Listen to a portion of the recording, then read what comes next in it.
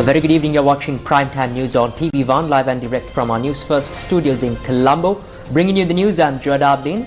And I'm Shalini Ratnavira. Let's take a look at your headlines for tonight. Newsfirst Headlines. Main sponsor. Ask for S-Lawn Polygon by name.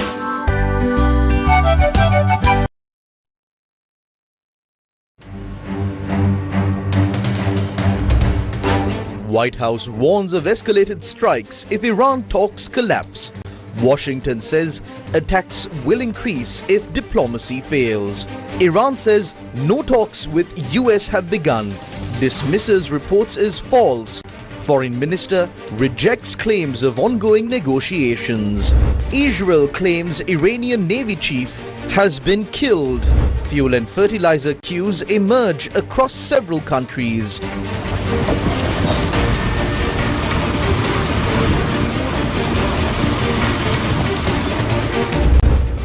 Shortages trigger lines amid global supply disruptions. Russia agrees to supply refined fuel. Deputy Energy Minister meets President today. Court rejects request to remove Shania Besekara from Suresh Saleh investigation. Meteorology Department urges public to stay alert amid hot weather.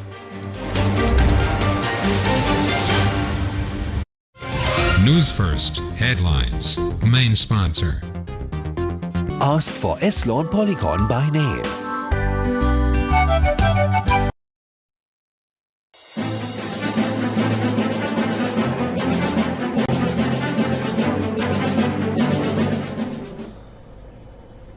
On to those stories in detail now. In your top story this evening, US President Donald J. Trump has issued a blunt warning to Iran, accusing its negotiators of sending mixed signals in private and public, while urging them to urgently commit to a deal. In a sharply worded statement on Truth Social, Trump described Iranian negotiators as very different and strange, claiming they are privately begging the United States to reach an agreement. Defeated militarily and will continue to be, President Trump will ensure they are hit harder than they have ever been hit before. President Trump does not bluff. United States President Donald Trump is ready to unleash hell if Iran doesn't accept a deal to end the war in the Middle East, the White House warned today. But a defiant Tehran says it does not intend to negotiate. Following President Trump's powerful threat on Saturday evening, it was made clear to the United States that Iran wanted to talk. President Trump is willing to listen. As President Trump announced on Monday, the United States has been engaged over the last 3 days in productive conversations, which led the president to temporarily instruct the Department of War to postpone planned strikes against Iranian power plants and energy infrastructure only. The remaining elements of the Iranian regime have another opportunity to cooperate with President Trump, permanently abandon their nuclear ambitions, and cease actively threatening America and our allies. But the president's preference is always peace. There does not need to be any more death and destruction. But if Iran fails to accept the reality of the current moment, if they fail to understand that they have been defeated militarily and will continue to be, President Trump will ensure they are hit harder than they have ever been hit before. President Trump does not bluff, and he is prepared to unleash hell. Iran should not miscalculate again. Their last miscalculation cost them their senior leadership, their Navy, their Air Force, and their air defense system. Any violence beyond this point will be because the Iranian regime refused to understand they have already been defeated and refused to come to a deal. The ramped-up rhetoric dashed hopes of any imminent de-escalation as the violence on the ground showed no sign of abating after almost 4 weeks. Nobody's ever seen anything like we're doing in the Middle East with Iran.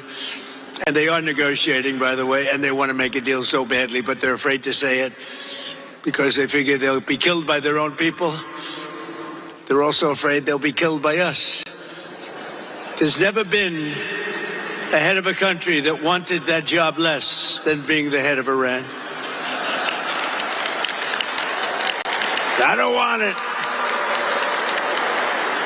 We listen to some of the things they say. We hear them very clearly. They say, I don't want it. We'd like to make you the next supreme leader. No, thank you. I don't want it. Iranian Foreign Minister Abbas Araghchi denied Iran was negotiating with the United States. No negotiations have taken place so far. I state firmly that there has been no negotiation or dialogue with the American side. However, in recent days, the American side has begun sending various messages through different intermediaries. Messages being conveyed through our friendly countries, and us responding by stating our positions or issuing the necessary warnings is not called negotiation or dialogue. It is simply an exchange of messages through our friends.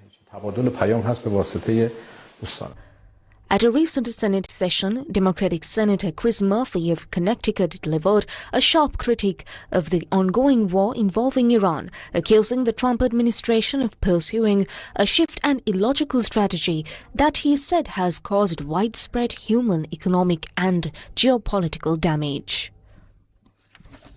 The Trump administration now says that the goal of the war is not to dislodge an anti-American regime in Tehran. It is not to stop Iran from getting a nuclear weapon. It's not even to permanently end Iran's ability to have missiles that can reach their neighbors or drone capacity that can provoke in the region. The primary goal now is to reopen the Strait of Hormuz.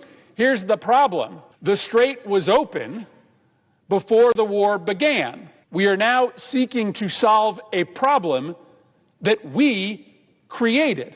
This is insanity. $2 billion is a lot of money. That's the minimum amount of money that is being spent every single day on this war. The consequences of this war are stunning in their scope. Higher prices for American businesses and American families, a potential global recession, the wasting of billions of dollars of hard-earned taxpayer dollars, and new conflicts in the region that didn't exist before the war began. We have created a catastrophe in the Middle East. We are lighting taxpayer dollars on fire. We are causing prices to go up for everyone. And what is our new war aim? Reopening the strait that was open before we started the war. This is basic incompetence. Your counterpart has been quite direct in his language. German Defense Minister Boris Pistorius has described the ongoing war as a catastrophe for the world's economies, warning that the closure of the Strait of Hormuz is already having serious global consequences and calling for an immediate ceasefire. To make it crystal clear, this war is a catastrophe for the world's economies. The impact is absolutely evident already now after a little bit more than 2 weeks.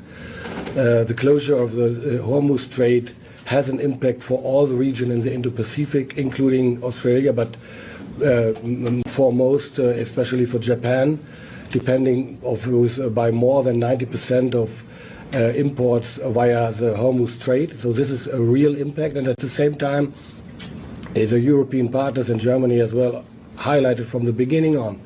We have not been consulted before. Nobody asked us before. It's not our war. And therefore, we don't want to get sucked into that war, to make it crystal clear. And what we need is now a diplomatic solution as soon as possible. We need end of shooting and killing. And that is addressed to US, of course, but mainly to Iran, which is attacking its partners in the region, brother states like Emirates or Qatar or other countries. This is really a huge risk for rising and increasing instability in the region, and that has always an impact, as we know from history, for the entire world. And therefore, we are ready to secure any peace. If it comes to a point where we have a ceasefire, then we will discuss every kinds of operation to secure the peace, to secure especially the freedom of navigation during the Hormuz Strait. But this is not the time has not yet come, and therefore we appeal for a ceasefire as soon as possible. Al Jazeera and American and Israeli news outlets have reported that the US sent Iran a 15-point peace plan, which includes a 1-month ceasefire while the two sides negotiate terms to end the war via Pakistan. None of the parties involved, the US, Iran, Israel or the mediating countries, have confirmed the details of the 15-point plan. But Israel's Channel 12 released what it said were the components of the plan. Many of the proposals match what the Trump administration has spoken of previously. Iranian leaders have maintained that there are no negotiations taking place between Washington and Tehran at all. Iran's military leadership says it cannot negotiate with the US, which has attacked Iran twice during ongoing negotiations over the past 2 years. Islamic Revolutionary Guard Corps IRGC naval commander Ali Reza Tangsiri has been reportedly killed in a US-Israeli strike in the coastal area of Bandar Abbas. Tangsiri had led the IRGC Navy since August 2018 and was overseeing the blockade of Strait of Hormuz by the Persian country. Though it is highly suspected that it was a US-Israel-led strike that killed him, there is no confirmation as of now.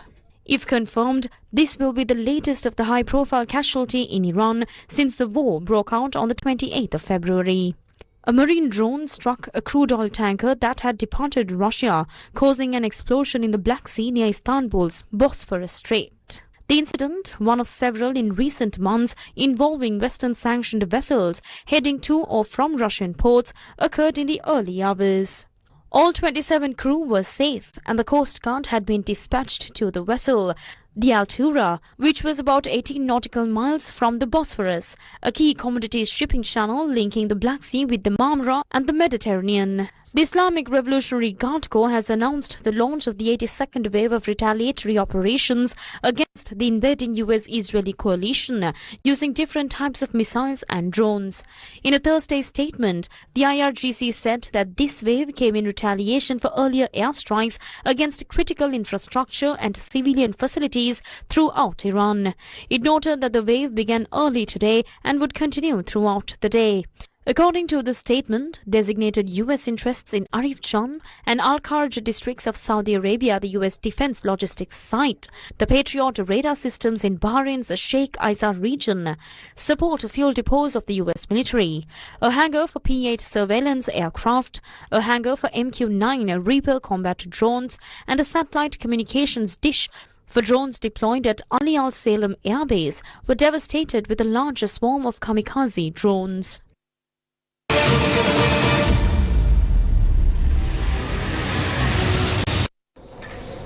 Now, due to the ongoing conflict in the Middle East, several countries including India, Bangladesh, Australia and the Philippines are facing an emerging energy crisis. India. Although the Indian government and oil companies have stated that sufficient fuel stocks are available, long queues have been observed outside fuel stations in several cities. These are some of the conditions witnessed at certain queues.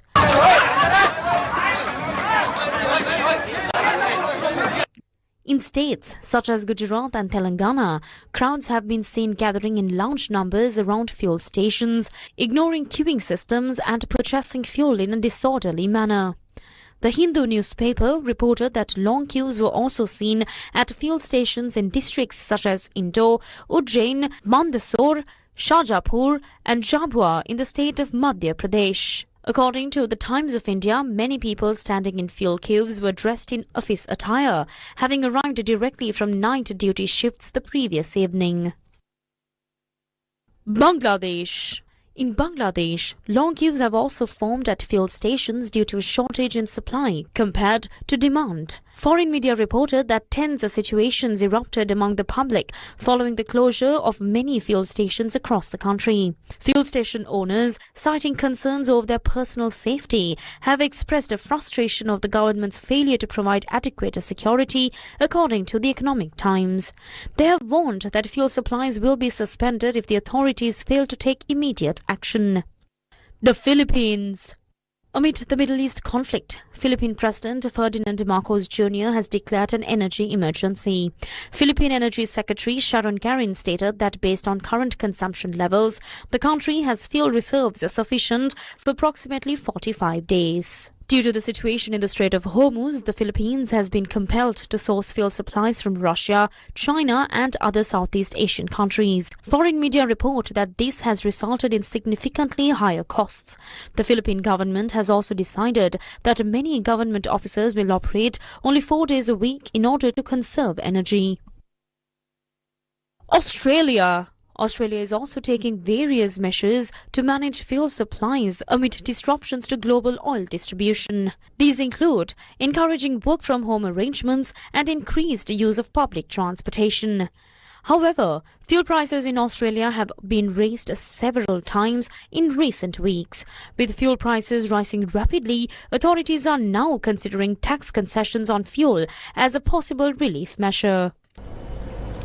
While the situation in many countries around the world remains volatile due to the ongoing conflicts in the Middle East, what is the current state of affairs in Sri Lanka?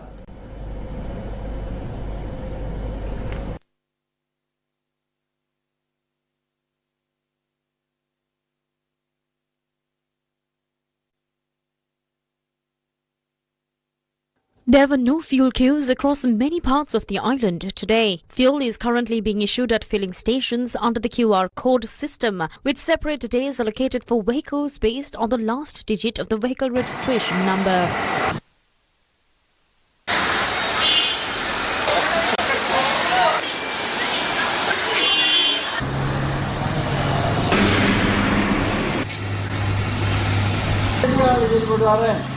අවුලක් නැහැ දැන් කලින්ට වඩා නම් තෙල් පෝලිං එහෙම මුකුත් අවුලකුත් නැහැ. එහෙම කිසි ප්‍රශ්නයක් නැහැ දැන් කිසි පෝලිමක් නැහැ. තෙල් ටික ගහම පාඩු යන්න පුළුවන් ඉතින්. According to the Ceylon Petroleum Corporation, the country has sufficient fuel stocks to meet requirements until May. Furthermore, Myroneth Kumarage, the managing director of the CPC, noted that a vessel carrying 35,500 metric tons of diesel arrived in the country yesterday. He said that the unloading process for the diesel shipment has already begun. Additionally, 2 more fuel shipments are scheduled to arrive within this month. According to the managing director, one vessel contains 30,000 metric tons of octane 92 petrol and 5,000 metric tons of octane 95 petrol. The other vessel is carrying 8,000 metric tons of jet fuel and 32,000 metric tons of diesel. The Ministry of Digital Economy today urged the public to refrain from engaging in fraud using QR codes. Do not attempt to generate QR codes using vehicle data that does not belong to you. Likewise, do not try to cancel QR codes belonging to others and reassign them under your name or phone number. All such information is now in our possession. We can clearly identify which phone number was used to overwrite a QR code, which fuel station was used to obtain fuel, and whether fuel was obtained using a QR code belonging to someone else. All these details along with timestamps are available. Based on investigations, the Sri Lanka police collected CCTV footage and other evidence before making the arrest. CCTV දර්ශන සහ සියල්ල එකතු කරගෙන තමයි ඔහු අත්අඩංගුවට ගෙන තිබෙන්නේ. Meanwhile, the Commissioner General of Essential Services said that legal action will be taken against traders who increase prices of goods beyond the additional cost incurred due to the hike in transport costs. At a time like this, if prices of goods increase, such increases should only be in proportion to the rise in transport costs. If prices are increased unnecessarily beyond that, the Consumer Affairs Authority will conduct raids, make arrests and take necessary legal action. Russian Deputy Minister of Energy Roman Marshavin met President Anurakkumara Dissanayake this evening at the Presidential Secretariat. The Russian Deputy Minister of Energy arrived in Sri Lanka this morning on an official visit. He was welcomed at Bandaranaike International Airport in Katunayake by Deputy Minister of Economic Development Nishanta Jayavira together with the Russian ambassador to Sri Lanka and other officials. The visit highlights efforts by both countries to strengthen diplomatic and economic ties, particularly in the energy sector amid shifting global market conditions. During discussions today, the Ceylon Petroleum Corporation stated that the Russian Deputy Minister confirmed Russia's agreement to supply fuel to Sri Lanka and readiness to provide refined petroleum products immediately. The President's Media Division has issued a statement regarding the meeting between President Dissanayake and the Russian Deputy Energy Minister. According to the statement, Russian Deputy Energy Minister said that Russia possesses a thorough understanding of the challenges Sri Lanka is facing amid the ongoing global crisis and affirmed that Russia is prepared to support Sri Lanka in any form, not only in the energy sector, but also through technical, machinery and other means. The statement adds that President Dissanayake recalled the long-standing friendship between Sri Lanka and Russia and noted that the technical and industrial assistance provided by the Soviet Union to Sri Lanka in the past was a great support for Sri Lanka's economic and social development at that time. The statement added that President Anurukumara Dissanayake further expressed his confidence that the Deputy Minister's visit would contribute to the further strengthening of bilateral relations between the two countries. A meeting was also held today between the Russian Deputy Minister of Energy, Roman Marshavin, and Sri Lanka's Minister of Labour and Deputy Minister of Finance and Planning, Dr. Anil Jayantha. During the meeting, they discussed strengthening bilateral cooperation in the energy sector between the two countries, exploring investment opportunities and enhancing technical support. Amid heightened global uncertainty driven by ongoing conflict and fluctuating fuel, gas and commodity prices, Sri Lanka's stock market has remained relatively resilient compared to international markets. Now, this was according to a senior official of the Colombo Stock Exchange. Responding to concerns over how markets are reacting to global instability, Niroshan Vijayasundara, Executive Vice President of the CSE, said global markets initially reacted negatively to the Middle Eastern conflict, with Sri Lanka experiencing a similar but limited downturn. The ongoing war situation in the world, we know that prices of fuel, gas and essential services and products all are fluctuating. They are never steady because we never know what will happen tomorrow. So with this situation, how are the markets reacting? So all global markets really reacted negatively to this conflict, Middle Eastern conflict. With the beginning of the conflict, we saw the global markets declining.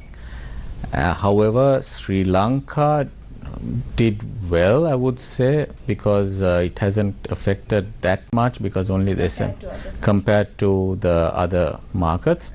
Whereas as of today, the S&P has gone down only by 1.9% year to date, whereas the ASPI is about 3% down. So overall, I would say we are resilient, and we hope that the conflict would end soon and that positive momentum would come back into the market, because prior to the war, we saw the indices going up by about 5%.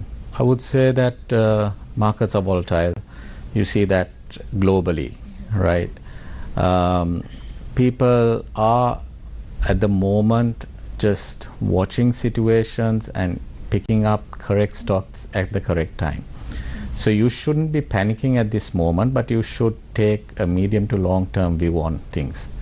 Yet if you take Sri Lanka, the P's are at like 10.6 times.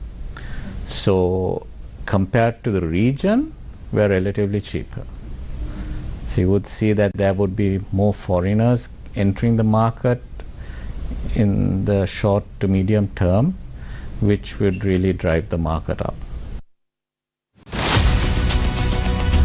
Move forward, Sri Lanka. Court today rejected a request made by the lawyers representing the former State Intelligence Chief, retired Major General Suresh Saleh, who is currently being held under a detention order in connection with investigations into the Easter Sunday attacks.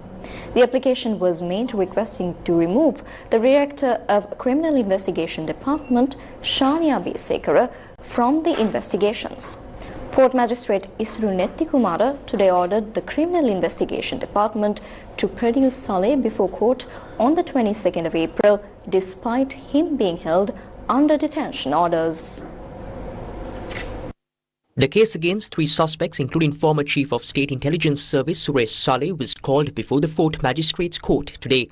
Representing Suresh Saleh, Attorney-at-Law Sid Sirivardhana requested court that the investigation currently being conducted under Shania Besekara be handed over to another team within the Criminal Investigation Department.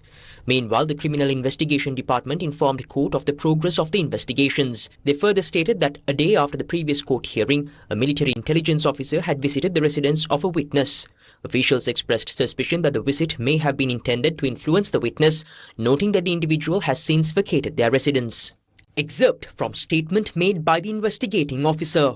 Your Honour, at the previous hearing of this case, it was revealed before this court that a witness had testified that prior to the Easter Sunday attacks, the 3rd suspect, Suresh Saleh, had through an informant maintained by military intelligence in the Negombo area, shown Catholic churches to 4 Muslim extremists. Following the revelation of this information, Your Honour, on the day after the last hearing, military intelligence officers had gone in search of the witness. As a result, the witness has left his place of residence. Through this, it is evident that some form of influence has been exerted on the witness. Furthermore, Your Honour, in order to investigate how the Security Council functioned during the period in which the incident occurred, documents related to the then Security Council have been requested from the current Secretary to the President. Unquote. Considering these facts, the magistrate stated that an inquiry should be conducted to determine under whose instructions the intelligence officers had visited the witness's residence. Quote, an investigation must be conducted to determine under whose instructions the intelligence officers visited the witness's residence. It must also be examined whether the intelligence officers acted for a lawful purpose or to influence the witness. If it is a lawful matter, there is no issue. However, if state intelligence officers have acted with the intention of influencing the witness, immediate action must be taken against them. Investigations should be carried out and the relevant individuals must be arrested and produced before court. Unquote. Subsequently, Attorney-at-Law Sid Sirivardhana, appearing for suspect Suresh Saleh, stated that when he attempted to meet his client, several investigating officers were present in the vicinity. Quote, when I went to meet my client to provide legal advice, around 6 investigating officers were surrounding the area. In such an environment, Your Honour, how can my client properly receive legal advice? I request appropriate orders in this regard. Unquote. Considering the facts, the magistrate ordered that Suresh Saleh be produced before court at the next hearing. Quote, the case will be taken up on the 22nd of April at 2 p.m. to review the progress of the investigations. All 3 suspects must be produced in open court on that date. The case will also be called on the 9th of April solely to extend the period the suspect is kept in remand custody, and they should be produced via video conference on that date. Furthermore, the 3rd suspect must be allowed to obtain legal advice in accordance with the relevant provisions. There should be no obstruction to the suspect receiving legal assistance. No facts have been revealed to establish a direct connection between the 1st and 2nd suspects and the Easter Sunday attacks. Accordingly, the Criminal Investigation Department is ordered to clarify at the next hearing whether the charges will continue to be pursued under the Prevention of Terrorism Act or under general law. Unquote. Who is most suitable to lead opposition politics? As war continues to rage in the Middle East, the entire world is grappling with an increasingly fragile and crisis-ridden situation. Countries across regions are now searching for solutions unique to their own circumstances in an effort to navigate these challenges. Against this backdrop, questions are being raised about what Sri Lanka's opposition is currently doing. In recent days, talks have surfaced about forming alliances among opposition political parties and selecting leaders. Soon after, conflicting claims emerged, with different leaders being linked to different parties. This has reignited a key question in the country's political discourse. Who is truly suitable to lead the opposition? The Sri Lanka Podujana Peramuna convened a media briefing at its party headquarters, attended by the party's Venapo electorate organizer Trevin Fernando. Fernando described Namal Rajapaksa as the internationally recognized leader within the opposition. Discussions Namal recently held in India alone are sufficient for the public to assess his leadership. Look at his conduct in parliament and at media briefings. He refrains from personal attacks, speaks with discipline and dignity, and openly expresses his views on religion and national identity without fear. Even members of the United National Party and the Samagi Jana Balawegya had privately said they intend to support Namal Rajapaksa, openly declaring him as the inevitable president in 2029. No one could prevent it. When asked to respond to these remarks, Namal Rajapaksa addressed the issue today while speaking to journalists in Kandy. The SJB cannot say that Namal Rajapaksa is the leader. It is natural for each party to work towards strengthening its own leadership. I welcome that process, and it is a sign of democratic politics in the country. Ultimately, it is the people who will decide who their leader should be. Is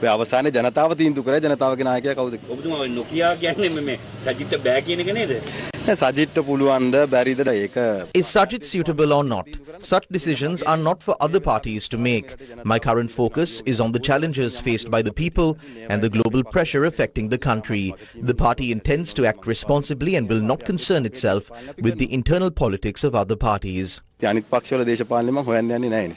SLPP maintains this stance, opposition MP Ravi Karnanayaka says the Samagi Jana Balawegya and the United National Party must unite if they are serious about identifying a suitable opposition leader.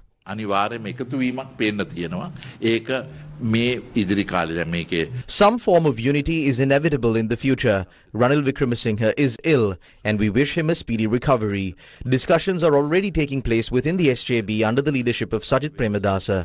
Both parties have no alternative but to come together, and failure to do so would push the parties further aside at a time when the public has already reached its own conclusions. වැඩ කරන්න තීන්දුව කළේ අවසන්. ඒ මා හිතන විදිහට ඒක සුබවාදීව ඉදිරියට ගමන් කිරීමක් ඇති වෙනවා.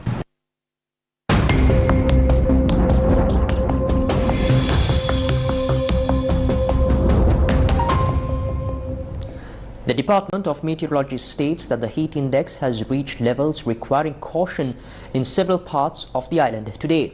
According to the department, the western, Sabragamo southern and northwestern provinces, as well as the districts of Anuradhapura, Mena, Vaunia and Monaragala are among the affected areas.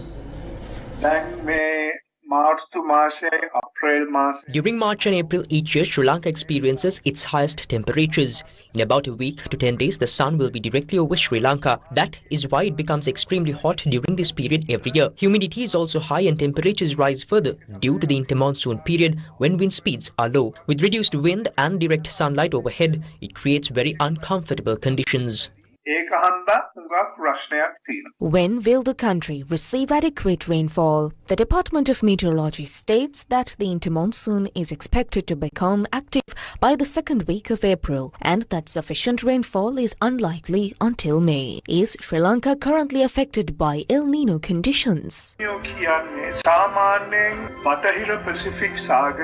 El Nino is typically linked to sea surface temperatures in the western Pacific Ocean. It is influenced by trade winds which usually push warm water towards the western Pacific Ocean. However, during El Nino, these winds weaken, allowing warm water to shift eastward towards regions like South America and Peru. The term El Nino, meaning Christ child, originates from its occurrence around Christmas, which is when it typically peaks. At present, we are not experiencing El Nino conditions.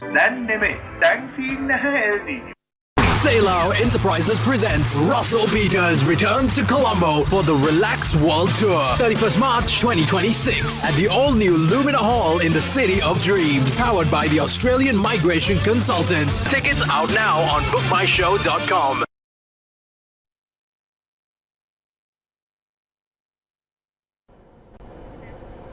Justice Rangajiva Vimalasena has been conferred the award for Outstanding Achievement in Law at the 2026 GG2 Leadership and Diversity Awards. In a historic moment for the international legal community, Justice Rangjiva Vimalasena was awarded the prestigious GG2 award for outstanding achievement in law at a glittering ceremony held in central London yesterday. Justice Vimalasena, currently a Supreme Court judge in Papua New Guinea, emerged victorious in a highly competitive category that included senior judges from the United Kingdom and prominent legal professionals from across the Commonwealth. The award recognizes Justice Vimalasena's distinguished judicial career, which spans 4 Commonwealth jurisdictions in the Asia-Pacific region, including his native Sri Lanka.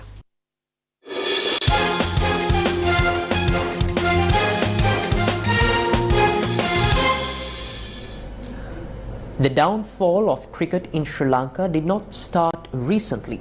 We have been watching the game deteriorate since 2014, right before our very own eyes. So the question is, why did our cricket fall apart? The number of times that officials at Sri Lanka Cricket wasted money intended for the development of cricket in Sri Lanka are too many to count. We have reported on these incidents with evidence repeatedly. Former Minister of Sports Mahinda Anandaluthgamage had previously raised several questions in Parliament directed at then Minister of Sports Harin Fernando. The concerns include: did the cricket board process broadcasting rights or sponsorship payments for the Nidahas Trophy through a third party? If so, what was the commission paid to them? Who authorized to redirect these funds of Sri Lanka Cricket to a third party? The response provided by Sri Lanka Cricket misled Parliament. They claimed that sponsorship payments were not made through a third party. They further stated that an international marketing consultancy firm was hired to access the foreign market effectively and secure higher prices. Furthermore, the official response sent to Parliament maintained that all receipts and payments for broadcasting rights occurred directly between SLC and the relevant sponsors. The letter also mentioned that a sum of $35,910 was paid to the service provider for their services, deposited into their account on the 17th of May 2018. However, this document serves as evidence that the amount was actually paid as a commission. Moreover, on the 5th of April 2018, a sum of $339,025 was given to the same firm as another commission for the Nidahas Trophy.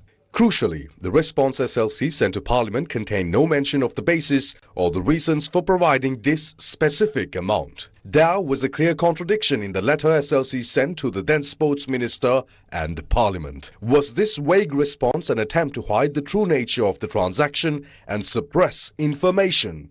It was because of these initial lapses that in later years, funds intended for broadcasting rights ended up in various foreign bank accounts. We have been highlighting these issues repeatedly because we saw the destruction these officials were causing to the sport. Because the authorities at the time turned a blind eye, our cricket has been brought to the brink of destruction today. The Auditor General's report on the 2022 T20 Cricket World Cup also revealed numerous details regarding irregular financial transactions carried out by SLC officials. We will bring you those details in the coming days. Is it not high time to act immediately to save our cricket from this gang? The second concert of Sirasa Sirasa was held yesterday evening within the premises of the University of Sri Jayawardhanapura, transforming the campus into a vibrant celebration of music, unity and youthful aspiration.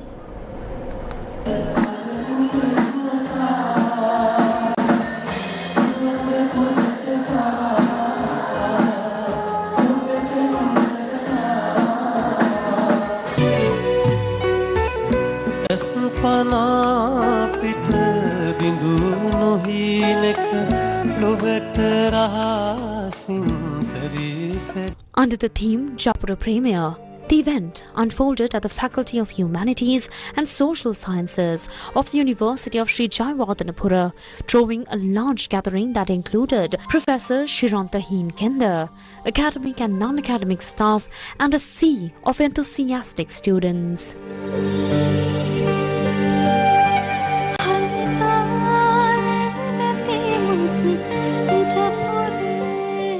Renowned artists Miru Somaratna, Midori Karnaratna, Suniru Sumanga, Mihindu Aryaratna, Ashka Kulatunga and Siumini Opayangi brought the stage to life, delivering performances that added colour, rhythm and heart to the night.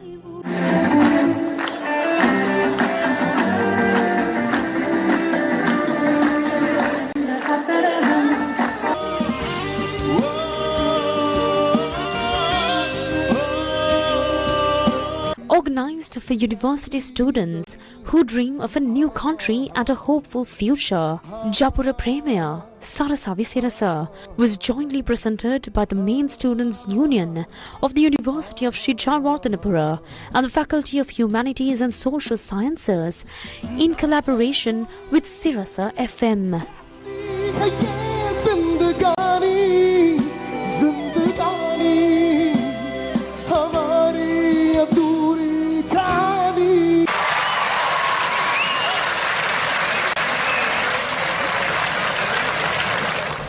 And that's a wrap of your news for tonight. Thank you for watching. Good night. Night.